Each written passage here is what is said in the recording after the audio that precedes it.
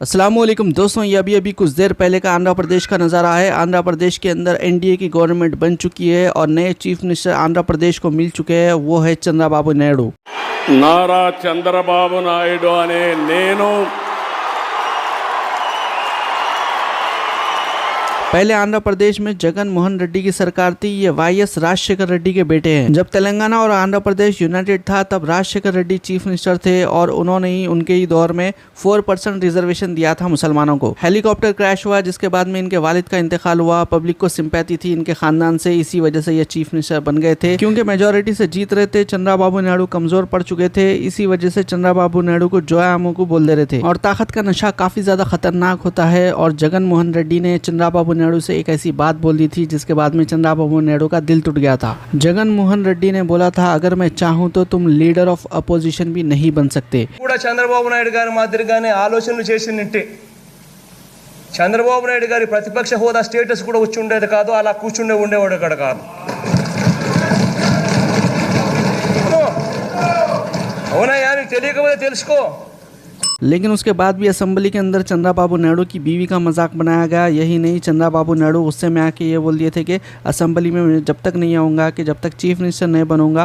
तो उसके बाद में फिर चंद्रबाबू नायडू को बोले थे, अगर ऐसा करे तो तुम जिंदगी में असेंबली को नहीं आ सकते, बल्कि इस तरह की बातें की गई। जगन मोहन रेड्डी की पार्टी के एमएलए की जानिब से जब और भी ज़्यादा मजाक बनाया गया इनकी वाइफ का, तो ये ऑन रिकॉर्ड आकर रो पड़े। ఒక్కొక్కసారి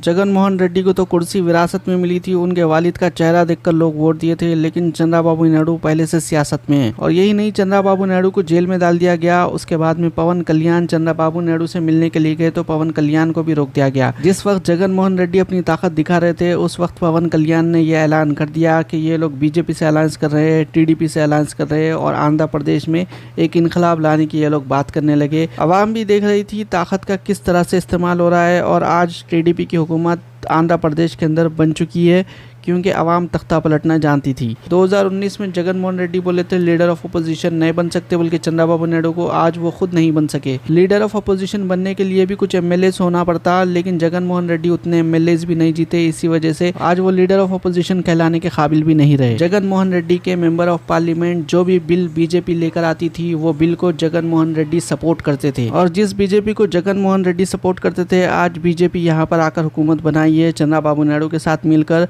और किस तरह से पवन कल्याण अपने भाई से मिलाने के लिए प्राइम मिनिस्टर मोदी को ले जा रहे हैं, यहाँ पर आप मंजर देख सकते हैं अभी कुछ देर पहले का। మళ్ళీ మళ్ళీ ఈ రాష్ట్ర ప్రజలు వారికి కృతజ్ఞతలు చెప్తూ ఉంటారు। మన చంద్రబాబు గారు, మన పవన్ కళ్యాణ్ గారు ప్రత్యేకంగా కృతజ్ఞతలు చెప్పారు। అలాగే వేదికకి కుడివైపున ఉన్నటువంటి ప్రముఖులు అందరి దగ్గరికి కూడా పేరు పేరున వెళ్ళి పలకరిస్తున్నటువంటి శుభవేళ పద్మభూషణ్ మన megastar Chiranjeevi, megastar power star, అటు మెగాస్టార్ ఇటు పవర్ స్టార్। ఇది అరుదైనటువంటి చిత్రం।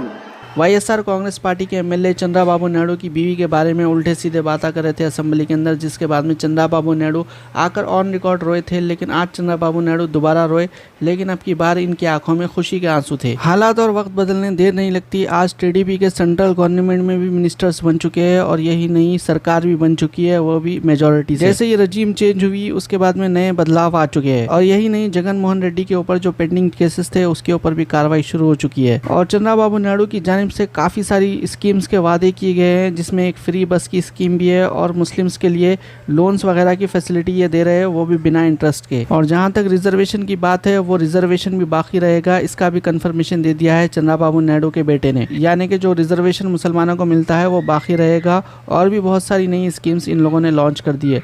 तो आप लोग क्या रहा है इससे मुतालिक कमेंट ज़रूर करिए। इंशाल्लाह अगले वीडियो में लिखा दूंगी। अल्लाह हाफिज़।